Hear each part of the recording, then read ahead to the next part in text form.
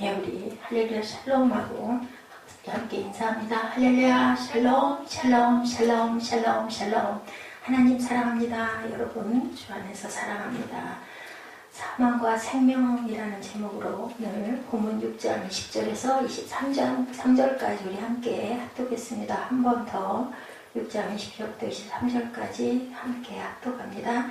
너희는 죄의 종이 되었을 때는 의에 대하여 자유로웠느니라. 너희가 그때에 무슨 열매를 얻었느냐. 이제는 너희가 그 일을 부끄러워하나니 이는 그 마지막이 사망이니라. 그러나 이는 너희가 죄로부터 해방되었고 하나님께 종이 되어 거룩함에 이르는 열매를 맺었으니 그 마지막은 영생이라. 죄의 삭은 사망이요 하나님의 은사는 그리스도 예수 우리 주 안에 있는 영생이니라. 아멘. 지난 시간에는 어떻게 했어요? 예, 의의 종으로 우리에게 거룩함을 이루게 하셨다. 근데 오늘은 한 발 더 나가서 거룩함의 열매는 영생이다. 우리가 영생을 위해서 하나님 앞에 이렇게 온전하게 걸어 나아가죠. 하나님 나라를 바라봅니다. 성경 신구약을 모두를 통틀어 가지고 한마디로 한 구절로 성경 말씀을 요약한다면 어떤 구절일까요, 여러분들? 요한복음 3장 16절입니다. 하나님이 세상을 이처럼 사랑하사 독생자를 주셨으니 이는 저를 믿는 자마다 멸망치 않고 영생을 얻게 하려 하십니다. 오늘 제목이 Eternal Life, 영생입니다. 어떤 장로님이 돌아가시게 됐는데 그런 분들이 계시대요. 정말 돌아가실 듯 하다가 안 돌아가시고 계속 2주일, 3주일 모든 집안에 가문이 넓은 그런 집안에는 시골서들 올라오셔가지고 돌아가신다고 소문을 듣고 올라와서 기다리고들 있는데 돌아가시는 거 보려고 요즘 핵가족들은 그 말씀이 조금 이해가 안 될 수도 있지만 그러고도 남을 것 같아요. 안 돌아가시니 자손들도 모두 모였다가 임종 보려고 안 돌아가시니까 또 혼수 상태로 또 계시다 다시 또 잠깐 또 깨어났다가 또 이렇게 반복을 하다 보니까 너무너무 힘들었대요. 그래서 목사님이 하루는 찾아가서 여러 말로 위로를 하지만 위로가 되지 않았다고 합니다. 그때서 목사님께서 이 말씀이 떠올라서 요한복음 3장 16절을 읽어드렸대요. 그 후로 그 장로님이 회개하시고 편안하게 기쁜 마음으로 돌아가셨다라는 그런 간증이 하나 올라 있었습니다. 맞습니다. 우리가 이제는 살 만큼 살고 나면 꼭 가야 할 종착역이 있죠. 우리가 여행을 좋아서 차를 타고 승용차를 타기도 하고 요즘에는 빨리 달리는 그 기차를 타고 가기도 하지만 언젠가는 어딘가는 종착역에 세계 일주를 한다 하더라도 꼭 종착역은 있습니다. 우리 인생의 종착역 마지막 가는 길에 영생처럼 귀한 축복은 없다. 제가 오늘 그 생각을 종일하면서 굉장히 감사했습니다. 이 말씀을 정리하면서 하나님께서는 이 세상을 구원하시기 위해서 자신의 독생자를 아낌없이 주셔서 십자가에 못 박혀 돌아가시게 했어요. 왜냐하면 죽어야 살기 때문에. 성경에 있죠. 죽어야 살리라. 우리가 하나의 열매 맺기 위해서 미랄이 썩어져야, 썩고 그냥 마는 게 아니죠. 썩고 나면 거기서 싹이 나고 잎이 나고 그리고 꽃도 피고 열매도 맺는다. 온전하게 죽어야 되죠. 근데 온전하게 죽어야 우리가 영생의 길이 가기 때문에 오니 예수 그리스도의 십자가 사건, 그로 인하여 돌아가시고 다시 부활하심으로 우리도 또한 그 생명을 받았다. 그래서 생명이신 하나님, 이것이 바로 구원의 열쇠예요. 우리 십자가의 도입니다. 그리고 우리 기독교의 정말 온전한 생명은 우리가 영생을 얻게 하심이라. 우리는 여기서 간단한 사실, 누구든지 예수 믿고 구원받는 자는 영원한 생명을 얻는다. 그게 돈이 많은 사람, 학식이 대단한 사람, 유명한 사람, 성공한 사람, 훌륭한 사람, 덕이 많은 사람 아니에요. 그죠? 누구든지. 그러니까 헬라인이나 유대인이나 이방인이나 아니면 하나님의 나라에 속했던 택한 백성인 유대인이나 아무 상관이 없다. 그것이 구약과 신약에 보여주시는 하나님의 말씀이죠. 꼭 택한 자만이 아니라 택하지 않은 자도. 그러니까 우리가 지금 살고 있는 세상에서 예수 믿지 않고 악한 자들이 있다 하더라도 성경에 있죠. 신약에 악한 자 한 명까지도 내가 구원하려고 기다리고 계시기 때문에 생명은 얼마나 귀한 것일까. 하나님 만드시긴 다 똑같이 만드셨어요. 너는 구원받을 녀석, 너는 아닌 녀석, 그렇게 만드셨을 리가 없습니다. 우리 자녀들을 봐도 마찬가지죠. 근데 자녀들 중에도 정말 부모에게 효도하는 녀석이 있는가 하면 평생을 부모님 속썩이다가 그렇게 돌아가는 자식도 있어요. 근데 그 자식 가졌을 때는 뭐 이놈은 그냥 쓸모없는 놈이니까 하고 낯을 리가 없지 않습니까? 똑같다라는 거예요. 하나님 마음은 어떤 자나. 근데 그 씨가 온전하게 볼 것을 보지 못하고 들을 걸 듣지 못하다 보니까 뭐가 자꾸 때가 쌓여가지고 나중에는 뭐 아무리 두들겨도 아무리 들어도 귀도 막히고 눈도 멀고 결국은 그게 살아있는 게 아니라 뭐예요? 죽은 생명, 영적으로 죽은 생명이죠. 그렇게 돼서 결국은 어느 순간 어떤 소리로 제가 지난 주일날 예화 스펄전 목사님 바라보쇼 이 청년 너무 불쌍한 청년 같으니라고 그 소리가 귀를 두들겨가지고 회개하고 그때부터 대단한 설교의 황제가 됐다라는 그런 그 예화가 아주 생각이 나요. 들어야 되는데 그래서 우리는 때를 얻든지 못 얻든지 전해야 됩니다. 어떤 자들 앞에서든 담대하게 당당하게 하나님 말씀을 들어서 정말 어떤 상황에 있어든지 전하고 증거할 줄 알아야 된다. 그게 우리의 사명이에요. 모두에게 가르치는 은사를 다 주셨다고 오늘 새벽 예배에 있었죠. 그렇기 때문에 우리는 선포하고 살아야 됩니다. 우리 후대들에게 가르치고 전해야 됩니다. 아무리 세상이 바뀌었어도 이거는 바뀔 수 없는 진리. 세상이 바뀌어서 바뀐 대로 따라가야 된다면 성경도 바뀌어야 되죠. 계속 바뀌어서 나와야 되겠네요. 개정판이 나와야 되죠. 요즘에는 이런 시대니까 이렇게 바꿔야 된다. 그것은 진리가 아닌 겁니다. 그죠? 과학이 아무리 정확하다. 과학은 정말 틀림없다 하지만 과학도 지금 자꾸 아닌 게 인계되고 인계 아닌 게 되고 있는데 성경 66권은 구약과 신약이 한 번도 바뀐 적이 없이 지금까지 또 앞으로도 계속될 수 있는 진리의 말씀이다라는 거죠.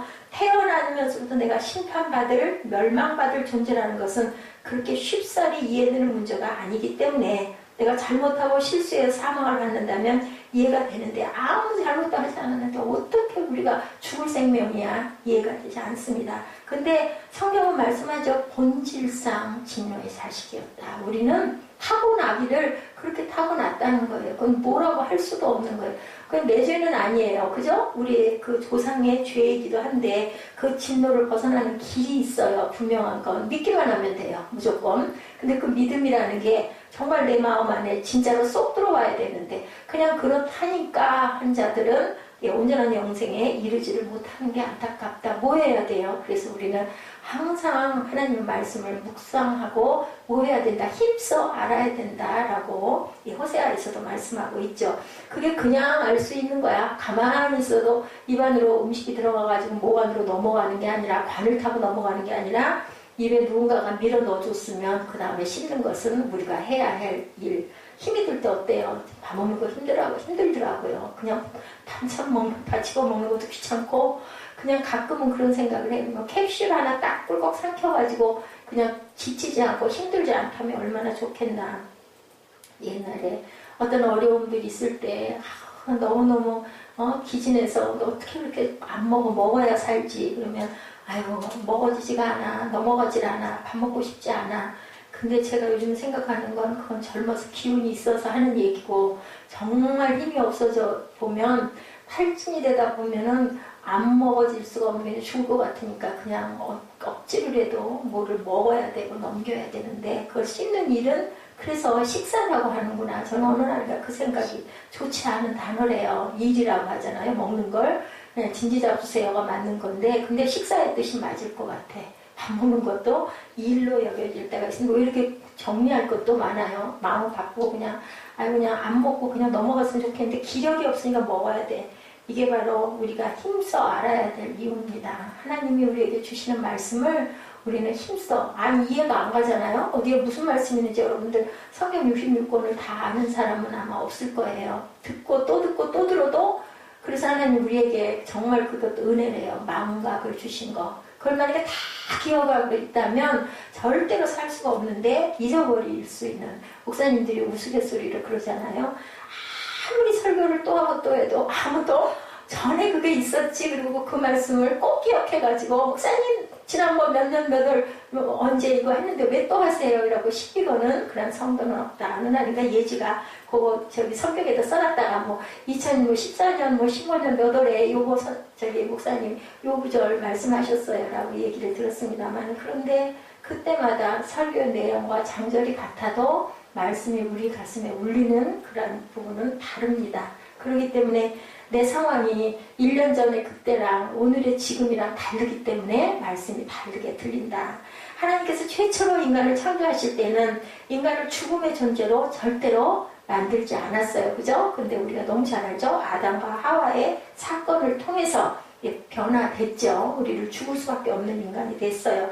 죽음이라는 것이 하나님에게는 없어요. 생명밖에 하나님은 짓지 않으셨어요. 근데 사망이 뭐로 인하여? 죄로 인하여 들어온 거예요. 그 죄는 뭐로? 욕심 때문에, 인간의 욕심 때문에 들어온 거죠. 뱀이죠, 뱀. 그것이 우리가 말하는 사탄입니다. 하나님께서 인간을 만드셨을 때는 절대로 죽게 하기 위해 만드신 게 아니라 살게 하기 위해 만드셨다. 제가 이런 말씀을 요즘에 우리 로마서, 히브리서 자꾸 강해하면서 계속 이거 영생, 생명, 뭐, 그죠? 죄, 뭐, 이런 말씀 많이 나누게 되잖아요. 그때마다 제 마음에 와서 찌르는 부분은 하나님께서 저희가 주셨던 그 말씀.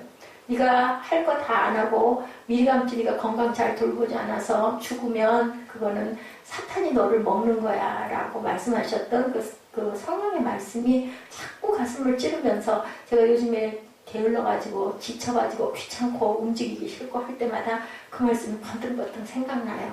이것도 내가 자꾸 나태하게 하고 귀찮아하고 먹기 싫어하고 하는 이것도 사탄이지. 일어나서 움직이고 먹고 힘내고 말씀 속에서 은혜 받고 그죠? 감사한 게 아까도 그 오늘 이 하루는 그 찬양이 가슴을 울리면서 막 눈물이 쏟아지는 거예요. 얼마나 감사한 은혜인지 누가 이 찬양 부르면서 경험할 수 있을까요? 말씀이 찬양의 가사가 꼭 저한테 하나님이 말씀하시는 것 같아요. 그래서 용서해야 되고 그래서 우리는 하나님께 감사해야 된다. 왜냐하면 이 하루도 하나님께서 주셨으니 얼마나 감사해요. 하나님의 은혜로 내가 살아있으니 얼마나 감사하고 이거를 느낄 수 있고 이 찬양을 통해서 내가 은혜를 받을 수 있는 마음을 주셨으니 얼마나 감사할까. 그죠? 그래서 하나님께서는 분명히 우리에게 응답 주시고 어려움도 극복하게 해주시고 이러한 난관도 분명히 뚫고 나중에는 우리 같이 웃으면서 할렐루야하고 웃을 날이 분명히 있을 것이다. 그리고 다 지나간다고 그러죠? 이것들은 다 지나가고 오는 것을 분명하고 우리가 압니다. 깜깜한 밤이 지나가고 난 분명히 새벽이 있고 그리고 동트는 아침과 아름다운 태양이 빛나는 그날 우리가 빛을 보게 된다는 것을 감사합니다. 이렇게 하나님께서 태초에 말씀이 계시니라. 이 태초에 말씀이 누구와 함께 하나님과 함께 계셨고 이 말씀은 곧 하나님이다. 하나님 안 것밖에 성공한 게 없어요. 저는 항상 하는 얘기지만 제가 모델입니다. 아무리 그죠 세상 사람들이 부러워하는 모든 걸 다 하고 우쭐거리고 정말 교만했고 하나님이 보시기에 얼마나 철이었고 기가 막힌 모습이었을지. 근데 우리가 또 우리 그 후배들을 보면서 가끔 우리 아이들을 보면서 지는 잘났답시고 그래도 보면 참 웃기잖아요. 기가 막히고. 근데 본인은 그걸 몰라요. 근데 그냥 어린 나이부터 할머니 치마꼬리 붙잡고 갔던 교회 기억도 잘 안 나요. 4살 때부터 할머니 치마꼬리 붙들고 교회 따라갔다라고 하는데 기억도 안 나고 문득문득 커트로 기억나는 건 그 하얀 교회 산꼭대기 어디 꼭대기 언덕에 있는 교회 새벽 예배 아무것도 모르면서 가서 꿇어 앉아 있었던 거. 그 이후로 드문드문 언니 따라 큰 언니 따라 교회 다니면서 부흥회나 이런 데 가가지고 울었던 거. 그리고 이제 유년주일학교에서 배추 등에다 지고 성탄절 때 그 연극했던 거. 그냥 토막토막 몇 개. 그리고 무릎 꿇고 그 애들 이렇게 뭐 이런 의자가 어디 있어요? 마루짱이죠. 그리고 큰 그거 십자기로 큰 거 이거 넘겨가면서 찬송가 불렀던 거. 어떻게 그렇게 그게 좋았는지. 그때는 지금처럼 뭐 놀이방이 있어요. 놀이시설이 그렇게 있어요. 아무것도 없었죠. 그렇기 때문에 애들이 교회를 더 좋아했어요. 사실 갈 데가 없으니까. 그래서 꼭 토요일 날 교회 가가지고 막 그 준비하고 연습하고 불렀던 그런 기억들. 그때는 갈 데가 거기밖에 없어서이기도 했는데 어쨌든 저는 참 그 교회에 있는 거, 뭐 교회가 좋고 화려한 지금같이 궁정 같은 교회가 거의 없었어요. 제가 다닌 그 주변의 교회들은 그냥 저희 교회보다 훨씬 못하죠. 험하고 근데도 그냥 거기가 그렇게 정감이 갔던 그 기억들. 제가 어려서 아빠를 떨어져 있었죠. 엄마도 계속 밖에서 일을 하시는 그런 상황이다 보니까 아마 제가 기억은 안 나지만 낙이 교회 가는 게 낙이었던 것 같아요. 그 환경이 오히려 하나님을 만나는 계기가 예지가 참 안타까워요. 그래서 엄마가 조금 등한하고 했을 때는 교회에 굉장히 의지를 했는데 그렇지 못하다 보니까 어디를 자꾸 가요. 그냥 세상으로 자꾸 눈이 돌아가다 보니까 하나님이 자꾸 뒤로 가는 느낌이 드는데 하나님께서는 또 계획이 있으시겠죠. 하나님은 이렇게 생명이시다. 생명 자체다. 절대로 죽음이나 사망은 하나님 소속이 아니다. 그것은 죄가 우리에게 잉태한 즉 죄를 낳고 그리고 또 그것이 뭐를 낳는다면 사망을 낳는다라고 말씀하죠. 문제는 인간에게 있는 죽음은 하나님께로부터 오지 않은 것이다. 하나님은 생명이신데 하나님으로부터 떨어진 상태를 죽음이다. 그래서 아담과 하와가 하나님이 그러셨죠. 너는 정령 죽으리라. 근데 안 죽었잖아요. 선악과 먹었지만. 근데 그게 죽음인 거죠. 하나님과 단절된 상태. 그래서 매우 쫓긴 상태. 하나님이 절대로 이렇게 죽음은 하나님 것이 아니라는 것을 오늘 우리가 깊이 깨달아 알아야 됩니다. 하나님으로부터 떨어져 나간 상태, 인간이 바로 죽음은 저주로 인해서 죽음이 일어난다는 것을 우리가 꼭 알아야 됩니다. 누구의 저주예요? 사탄의 저주. 사탄에게 먹힌 거죠. 그죠? 나무에 붙어있는 가지는 잎사귀를 내고 열매를 맺는데 가지가 나무에 붙어있지 않으면 결국은 말라 죽죠. 제가 오늘 놀랬어요. 저 파가 자라지도 않는다고 제가 주일날인가 투덜투덜 했는데 월요일날부터 보니까요 자랐어요. 이 위가 잎이 더 길어지고 하얗게 순이 나더라고요. 그래서 내가 아이고 그래도 물을 반잔씩 그 파 주위에다 자꾸 뿌려줬거든요. 전체를 주는 건 일주일에 한 번 정도 주는데 그 파에다가는 왜냐면 여기가 건조해요. 여기 교회 안이. 그러면서 버석버석 말라가서 이거 뽑아서 그냥 잘라서 썰어서 냉동실에 넣어놓을까 하고 보기도 별로 안 좋고 근데 그죠? 생명이 있으니까 흙 속에 있고 물을 먹으니까 쟤네들이 자란 거예요. 저게 바로 생명이다. 그래서 식물도 기르면서 우리가 정말 기쁠 때가 있어요. 시들시들했던 게 특히나 저기 저 나무가 그러죠. 굉장히 물을 많이 먹는데 시들었다가 물 주면 눈에 보여요. 휘익하니 일어나더라고요. 쟤는 막 뿌리가 다 보여. 자꾸 물을 줘서. 근데도 안 죽고 그거 타들어가는데 잘라내고 했더니 아직도 싱싱하게 나이가 꽤 됐죠. 저희 교회에 있는 나무들은 정말 척박한 땅에서 자라난 나무들이 아니면 살 수가 없는 교회죠. 이렇게 나무에 붙어있는 잎사귀는 자란다. 그렇기 때문에 우리도 하나님께 접붙여 있으면 분명히 자라야 돼요. 안 자라면 그것은 생명이 아닌 거죠. 이미 죽은 상태인 것이다 라는 거예요. 우리가 그걸 꼭 알아야 됩니다. 우리가 우리의 신앙을 점검할 수 있는 건 내가 예배가 어떨 때 우리 육신이 고날 때면 잠깐 깜빡 눈이 졸음이 오기도 하고 조금 지리한 느낌이 들기도 하고 몸이 좀 이렇게 비틀리기도 하지만 그래도 예배드리고 나면 예배드리기 정말 잘했네 그런 마음 되는 거 하나님이 특히 제게 은혜를 주시는 것 같아요. 예배 때가 가장 기쁘고 예배드리고 나면 뭔가 정말 너무너무 힘이 나는 거 하나님께서 힘 주시는 거 내가 아직은 살아있구나 내 안에 하나님께서 분명히 계시는구나 라는 생각을 우리가 합니다. 죽음이 오기 전에 죽음을 유도했던 하나의 원인 그것은 죄다. 죄가 오기 전에 죄를 만든 것은 그것은 바로 사탄이라는 거죠. 죄의 종이 된 인간은 어떤 인간인가?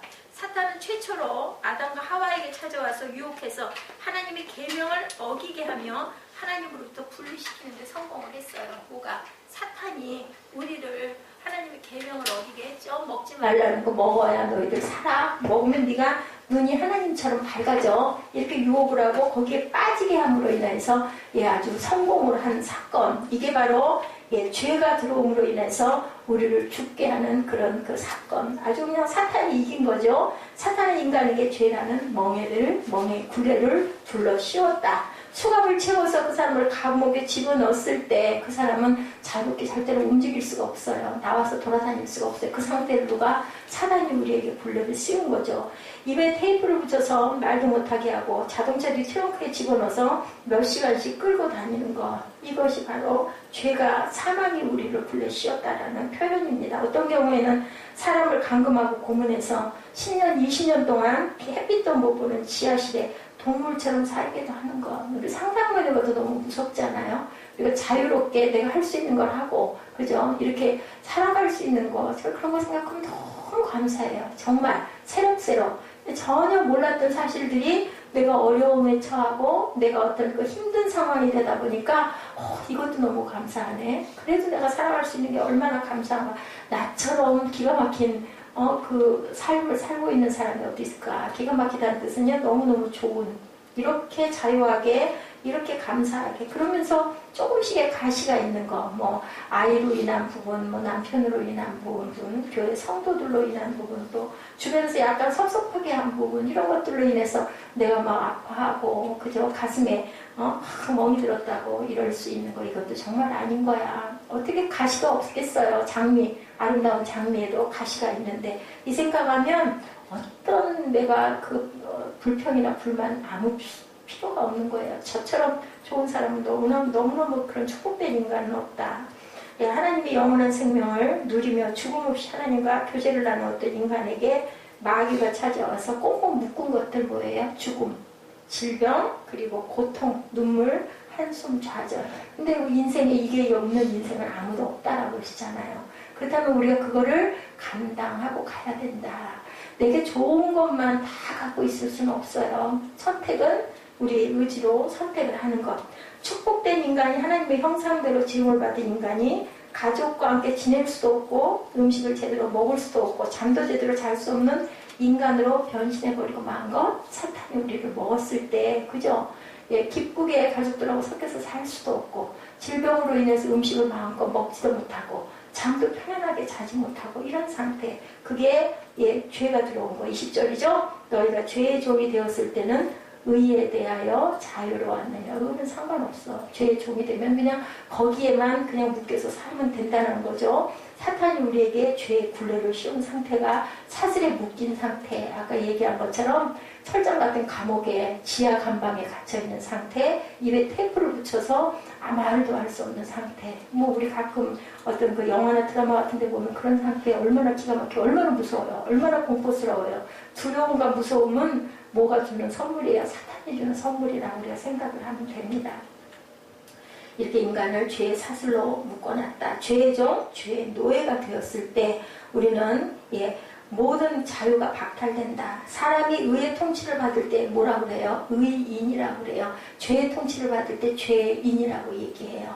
우리 죄인이다 하면 법을 어긴 사람들이죠. 근데 영의 법을 어기면 그죠? 영적으로 우리 죄인들이다. 그런데 하나님께서 우리에게 은혜로 의인이롭다 함을 칭해 주셨다. 그래서 의의 종이 되었다. 근데 의의 종의 끝은 거룩을 이뤄라. 내가 거룩하니 너희도 거룩하라. 지난주 우리 말씀 마지막 부분이에요. 거기서 우리에게 영생을 주셨다라는 그 목적으로 우리가 달려가기 위해서 거룩을 이루고 가야 된다. 죽는 게 끝이 아니라 죽음 다음에는 영원한 생명의 문이 열려야 된다.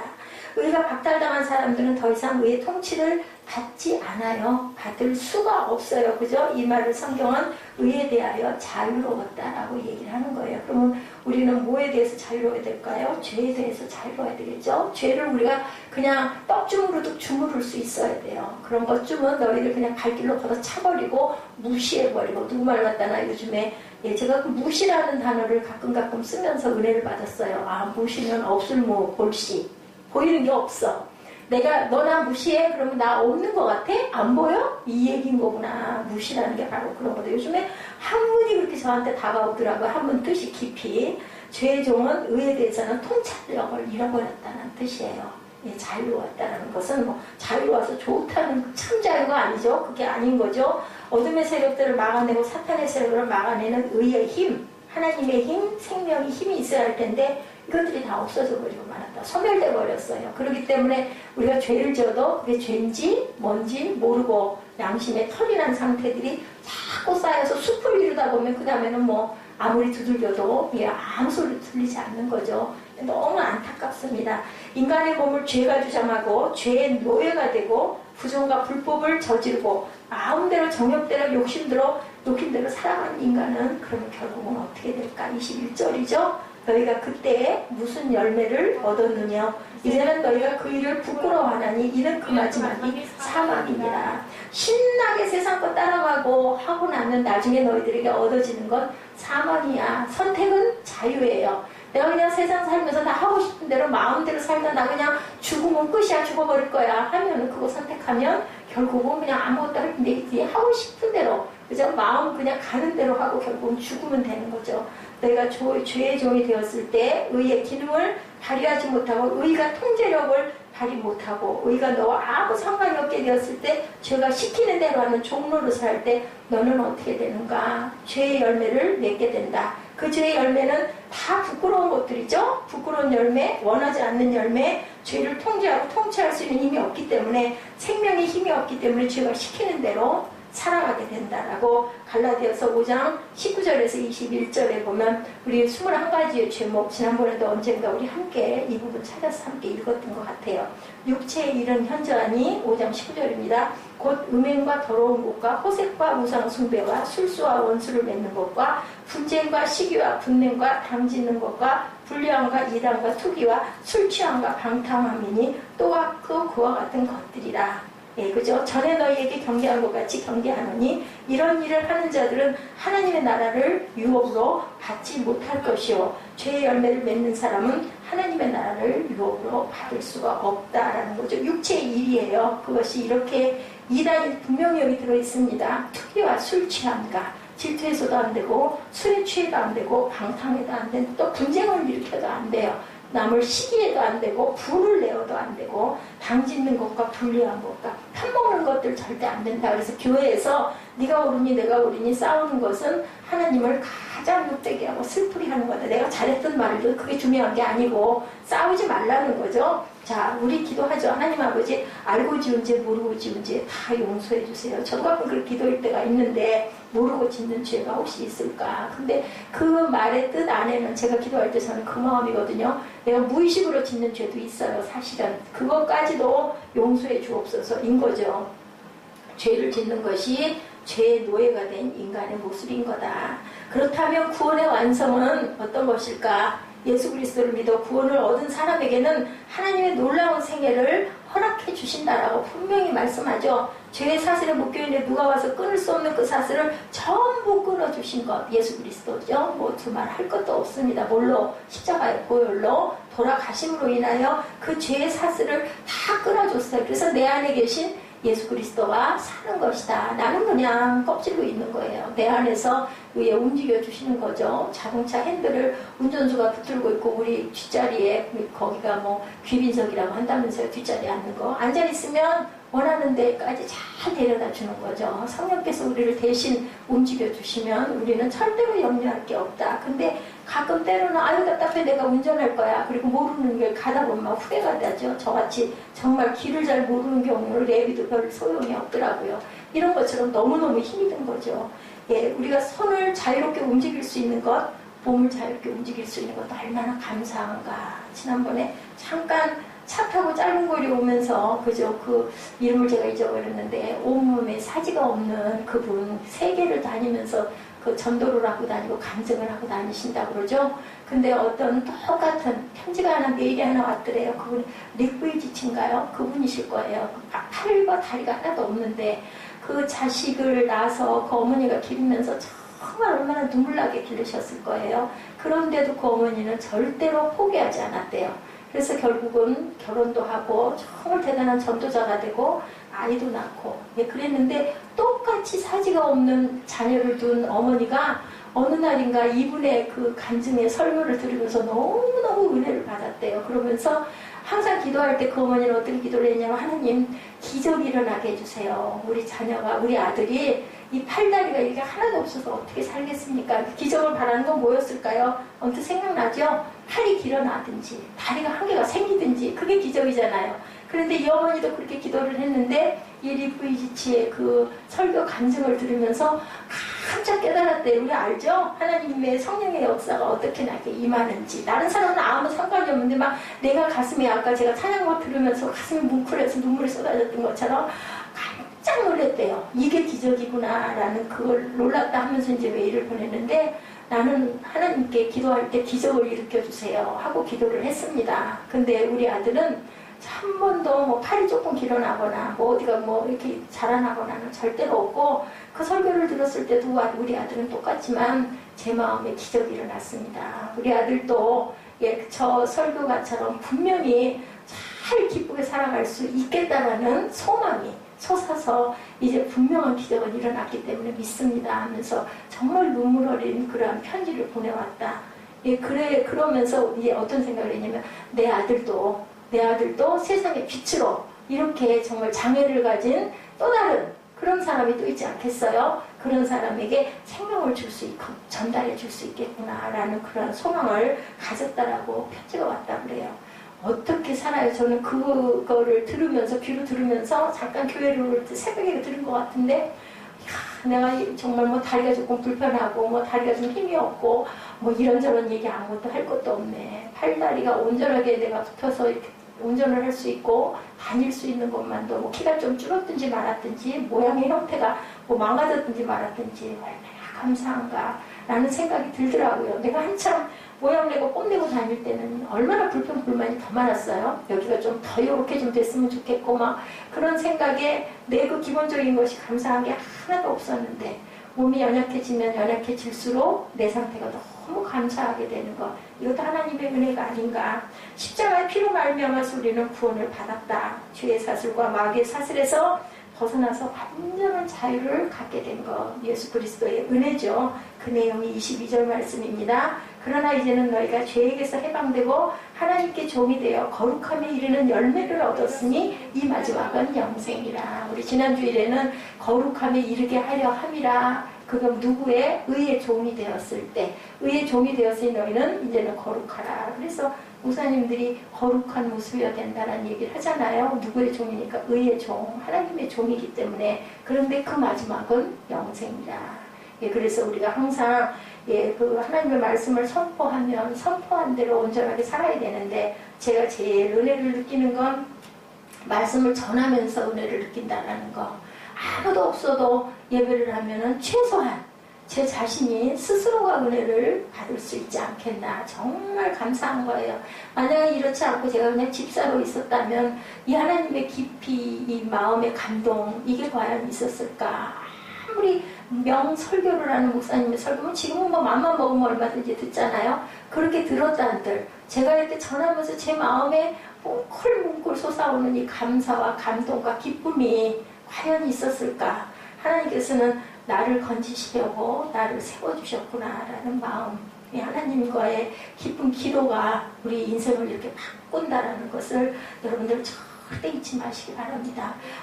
대단하게 뭐 많은 사람에게 전파해서 우리가 얼른 생각하면 목회하면 그잖아요. 성공한 목회 뭐 대단하게 막 성도들이 막 늘어나고 교회가 막 뭐 우리말로 부흥해가지고 막 교회가 커지고 또 막 넓히고 교회를 짓고 좋죠. 그런데 때에 따라서는 이렇게 작은 그릇 너 하나만이라도 내가 온전하게 건질 건데 이렇게라도 네가 건져져라. 그러지 않다 보면 또 내가 그 속에 사망에서 헤매다가 천국도 못 올지도 모르겠으니까 하나님께서 저에게 이런 사명을 주셨구나. 정말 받들지도 못할 정말 보잘것도 없는 저를 또 이렇게 사랑하셨더니 얼마나 감동인가요. 그 생각만 해봐도 하나님은 살아계신 하나님입니다. 죄의 종이 되면 죄의 열매를 맺고 죄의 열매를 맺는 사람의 마지막은 죽음이고 사망이라는 것. 의의 종이 되면 의의 열매를 맺고 거룩을 이뤄서 마지막은 생명이라는 것. 여러분들 오늘 말씀을 절대 잊어버리지 마시기 바랍니다. 모의 줄을 끊고 마귀의 세력을 끊고 죄의 종에서 하나님의 종이 되는 상태. 이것이 바로 구원이다. 그리고 구원의 마지막은 영생이다. 해방이 되고 자유한 몸이 되고 쇠사슬에서 그 마귀의 사탄의 쇠사슬에서 풀려지는 상태. 이것이 바로 우리에게 영생이다. 더 이상 죄는 나를 지배할 수 없다. 이렇게 선포하시는 저와 여러분 되시기 바랍니다. 너희가 죄에게서 해방되었다. 하지만 죄에서 해방되는 것이 구원의 전부는 아니다. 반쪽이다. 전부는 해방될 뿐 아니라 하나님의 종이 되고 하나님의 종이 될 뿐 아니라 구원을 이루고 거룩해지고 마지막은 생명을 받는 귀한 영생의 문에 들어가야 된다. 이게 22절 마지막 부분의 영생이에요. 그 결과는 22절 마지막에 그 마지막은 영생이다.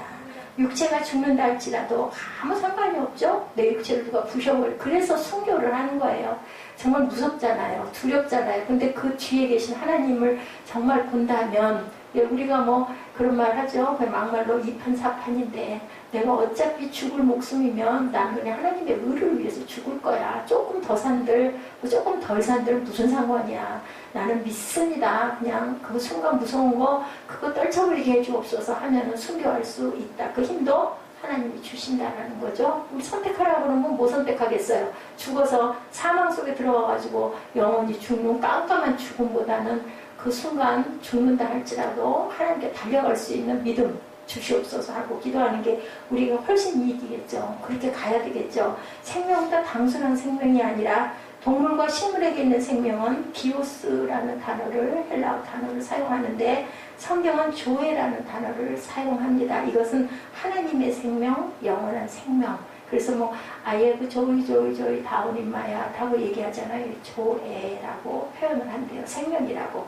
하나님은 생명의 근원이시기 때문에 우리를 생명으로 창조하셨고 사망은 하나님이 주신 게 아니라는 것을 다시 한번 깊이 기억하시기 바랍니다. 이 하나님의 생명을 다시 회복시켜 주실 뿐만 아니라 거기서 또 한 걸음 영원한 생명을 우리에게 뭘로 값없이 선물로 주셨대요. 얼마나 횡재예요. 그죠? 땡잡하는 거죠. 하나님의 생명을 회복시켜 주신 것, 영원한 생명을 우리에게 주신 것, 하나님의 종에게는 거룩함에 이르는 열매가 있는데 갈라디아서 5장 22, 3절에 오직 성령의 열매는 뭐라고 그래요? 사랑과 희락과 화평과 오래 참음과 자비와 양성과 충성과 온유와 절제. 맨 마지막에 절제가 있다는 것을 절대 잊어버리지 말아야 되겠죠. 절제할 줄 알아야 된다. 이 같은 것을 금지할 법이 없느니라. 아무도 막을 수가 없다는 거죠. 우리 안에 기쁨을 누가 막겠어요? 누가 주시는 기쁨인데, 하나님이 주시는 기쁨인데, 그 기쁨은 세상의 기쁨과 분명히 다르다고 그러죠? 그래서 너희는 기뻐해야 된다. 우리 안에 이 기쁨을 막을 사람은 아무도 없다. 우리가 입을 틀어막는다고, 눈을 막는다고 막힐 수가 없는 것. 하나님이 주시는 은혜와 평화의 기쁨은 어떤 걸로도 바꿀 수도 없고 막을 수도 없고, 그래서 하나님께서 닫으시면 열 자가 없고 하나님께서 여시면 닫을 자가 없다고 그러죠. 하나님이 주신 기쁨은 어떤 걸로도 비교할 수도 없고 바꿀 수도 없고 막을 수도 없는 거다. 하나님은 하나님의 종이 된 사람에게 하나님의 평화와 거룩함의 축복을 주신다. 근데 그 길을 왜 안 가겠어요? 선택은 너희가 해라. 그러죠? 하나님이 은혜 주시고 나서는 네가 갈 건지 말 건지 그거는 네 마음대로 해. 그런데 정말 놀라운 것은 제가 요즘에도 새록새록 깨닫는 것은 본인이 선택을 하고 그것에 대한 귀함도, 그것에 대한 어떤 뭐라고 그러죠? 내가 그걸 잘못했나? 내가 그 길 갈 걸 그랬나? 하는 그런 망설임이나 돌아봄도 없는 거. 사람의 완악함을 제가 참 많이 봅니다. 보면서 너무너무 마음이 아파요.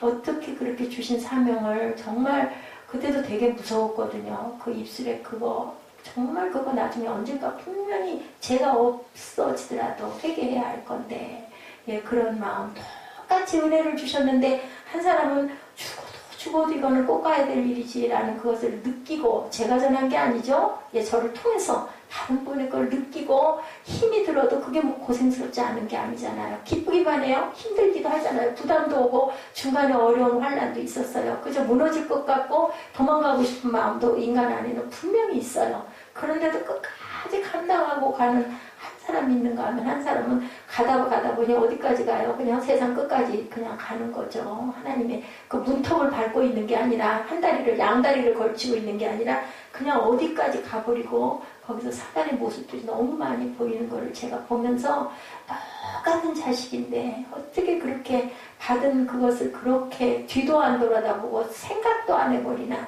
근데도 제 마음 한구석에는 그래도 분명히 어느 날 내 나이쯤 가까워지면 네가 느낄 때가 있지 않겠니 하는 생각을 하고 바라봅니다. 이미 때는 늦은 거지만 늦을 때가 그때도 또 바로 지금이다라는 얘기가 있죠. 에베소서 1장 4절입니다. 창세전에 그리스도 안에서 우리를 택하사 우리를 사랑 안에서 거룩하고 흠이 없게 하시려고. 언제 택하셨다고요? 창세 전에. 우리 만들어지기도 전에 하나님께서는 예비하고 부르셨다. 그리고 그렇게 될 것도 알고 계신다. 하나님께서 하나님 뜻을 이루시기 위해서는 그 자가 안 받으면 누구든 하나님은 분명히 불러서 쓰셔요. 또 그 자가 안 되고 그 자가 또 깨지고 뒤집어지면 또 하나님께서는 분명히 쓰셔요. 근데 그것을 순종함으로 받으면 본인에게 엄청난 축복이고, 우리가 이 세상에 눈에 보이는 것만이 아니죠.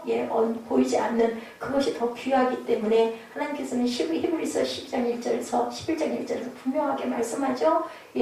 보이는 것은 바라는 것들의 증거라고 하죠. 볼 수 없는 것들이 바로 그 증거라고 말씀을 합니다.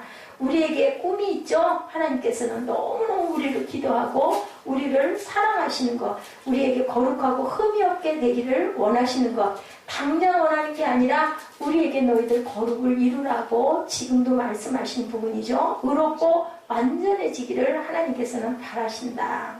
초등학교 학생에게 아주 어려운 우리 수학 너무너무 힘들었던 고등학교 3학년 때 공부했던 거 요즘에는 어디에서 나오는지 모르겠어요.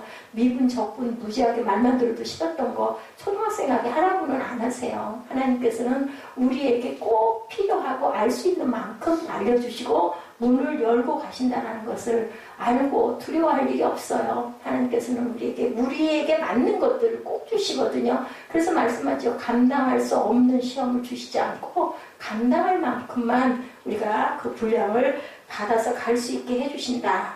그분이 나를 사랑하기 때문에 반드시 하실 거라는 거예요. 포기하지 않으시고. 우리가 엎어지고 뒤집어져도 저희 인생을 돌아봐도 하나님께서 떠나 있을 때가 얼마나 많았는데도 절대로 포기하지 않으시고, 그렇다고 금방 벌을 내려가지고 어디를 부러뜨리고, 아니에요. 정말 다급할 때가 아니면 진짜 오래 참고 바라보시. 나는 몇 년 기르면서 자기 자식을 포기하고 싶은 마음이 드는데 하나님께서는 수십 년을 그렇게 못되게 불어도 잠잠히 바라보고 계시고, 결국은 네가 사망에서 생명으로 돌이킬 걸 내가 믿는다. 믿음을 갖고 바라보신다라는 것.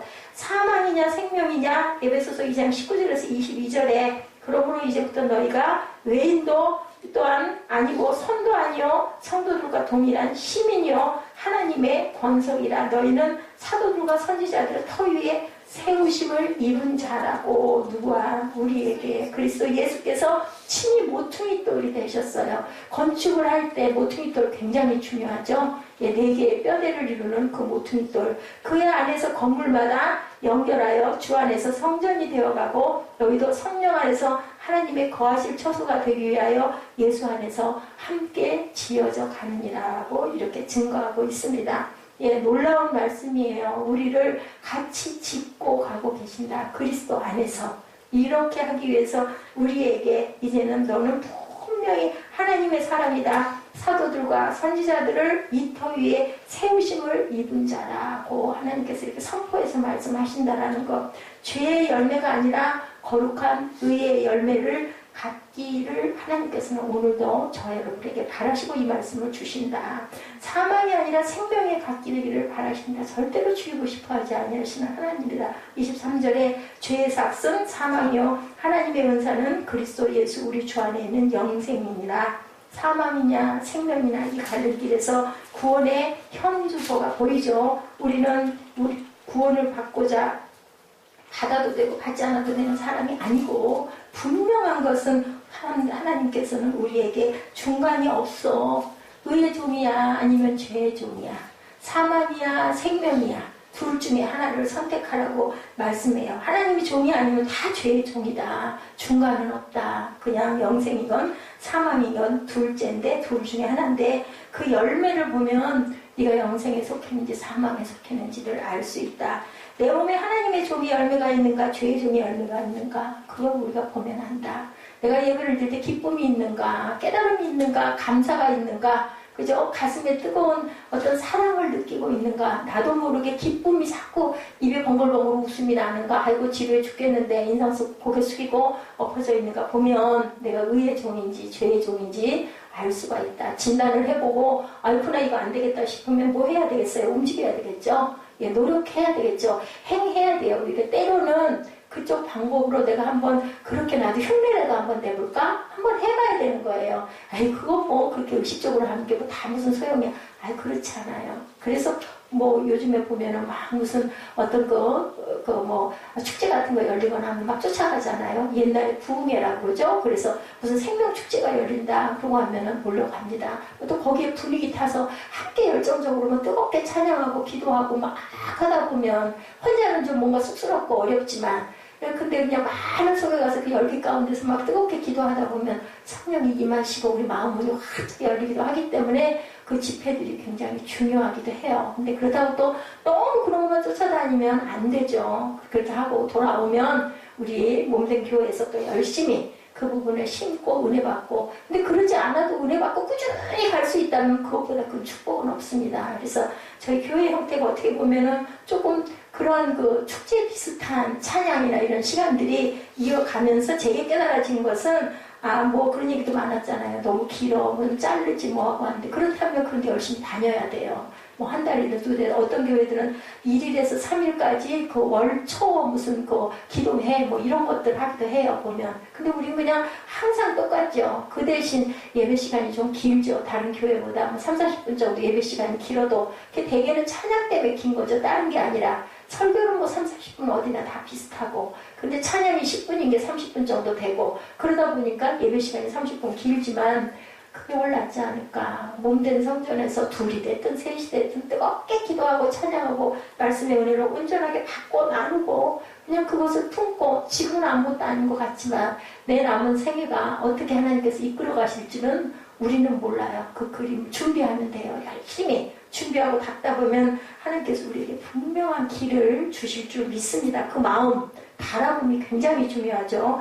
어떤 사람이 구원을 받았는가를 물어보면 모르는 사람들이 있는데 이게 증거예요. 내가 말씀드릴 때 기쁜가? 내가 찬양할 때 마음에 감동이 있는가? 아이고 지루해 빨리 끝났으면 하는 마음이 있는가?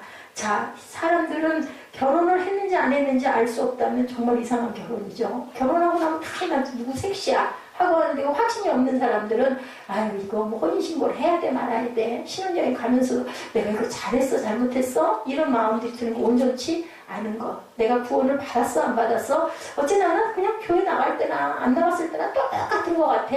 교회가 뭐가 뭔지 아무것도 모르겠고 다니기는 다니는데 근데 그래도 안 다니는 것보다 낫지 않을까. 어느 순간 그죠? 스펄전 목사님처럼 그 귀에 번뜩 뜨인 그 단 하나의 그 단어가 너무 깜짝 너무 반갑게 올 수도 있으니까 그걸 또 마음에 품고 그렇게 기도하고 다니는 분은 그렇게 썰렁하지만도 않을 것 같아요. 말씀에서 내가 어느 구절에라도 은혜를 받아야지 하고 정신을 차리고 있는 분에게는 귀에 들리는 소리가 분명히 있을 거예요. 근데 그렇지가 않으면 아무리 쉐마 이스라엘아 들으라를 아무리 해도 안 들리는 거죠. 지루해 죽겠는데 학생들도 그렇죠. 학교에서 공부하는 아이들 보면 공부 열심히 하는 애들 눈을 반짝반짝 빛내고 선생님 쳐다보는데 아닌 애들은 뭐예요? 고개가 벌써 첫 번째로 밑으로 내려와요. 딴짓을 하고 싶어가지고 그러다 보면 선생님 말씀이 하나도 귀에 안 들리는 거 똑같은 거죠.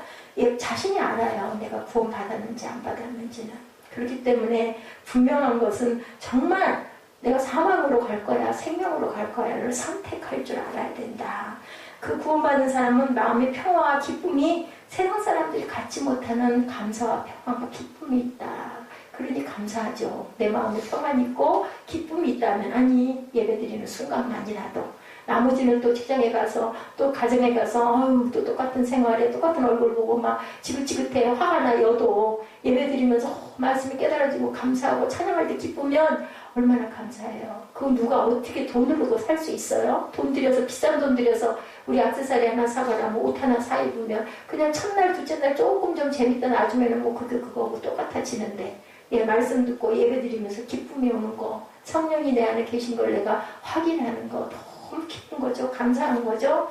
예, 우리의 육신의 생명을 다 끝나고 죽는다면 육신의 생명이 끝나는 순간에 우리의 영은 천국이나 지옥 둘 중에 한 군데를 간다. 순간순간의 기쁨뿐만이 아니라 열매는 천국과 그 다음에 지옥이라는 것. 그게 아니려면 우리가 열심히 사망이냐 생명이냐 할 필요가 절대 없는 거죠. 현실에 있어서도 요한일서 3장 14절 15절에 우리가 봅니다. 우리가 형제를 사랑함으로 사망에서 옮겨 생명으로 들어간 줄을 알거니와 사랑치 아니하는 자는 사망에 거하느니라. 그 형제를 미워하는 자마다 살인하는 자니 살인하는 자마다 영생이 그 속에 거하지 아니하는 것을 너희가 아는 바라. 그러니 형제를 절대로 미워하면 안 되겠죠. 뭐 형제라는 것은 내가 미워할 만한 사람도 형제가 되겠죠. 그를 절대로 미워하지 말라.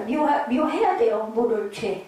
그 형제가 저지른 죄는 미워하되 사람은 미워하지 마라. 왜냐하면 사람은 하나님이 지으셨기 때문에 불쌍히 여기고 기도해 줘야 된다. 잘 안 되죠. 그 사람이 밉죠. 그 미운 짓을 하면. 근데 우리가 그 하나님의 영적인 부분을 우리가 볼 줄 알면 저 사람 저 지은 저 죄, 저게 미운 거지 저 사람 자체가 미운 건 아니지. 거기서 빠져나오게 해주옵소서 하고 우리가 기도해야 된다는 거죠. 그래서 하나님의 그 영적인 그것을, 그 내용을 알게 되면 사람과 싸울 일은 없어요. 사실은 그 사람을 위해서 우리는 기도해 줘야 된다. 우리 마음속에 하나님을 사랑하는 마음과 형제를 사랑하는 마음이 없으면 사망이 우리 안에 있게 된다. 그런다면 우리 겁나서라도 얼른 그거 비워버려야 되겠죠. 왜냐하면 손해잖아요. 그런 일을 인하여서 내가 죽는다는데 내가 살고 가야 될 거 아니에요. 그래서 그러려면 그 사람 용서해야 되죠.